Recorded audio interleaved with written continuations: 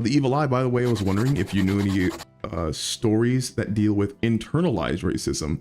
I kind of want to write a story about that, but that is a far off goal. The Prince of Egypt.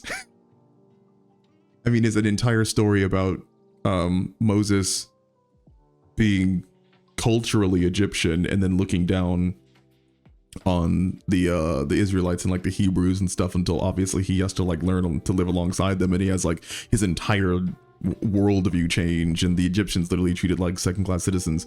Now again, depending on like what your view is upon like the actual historical context of it, if you just look at it as a narrative, that's one.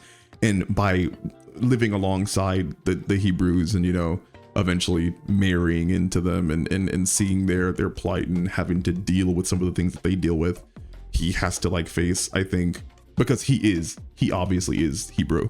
It's very obvious in the beginning of the story. He comes to terms with, you know, his own thoughts about his own people and who he should represent, and, you know, the allegiance he has to his brother and whatnot. And again, I'm sure there are tons of other stories that deal with it in a more literal way.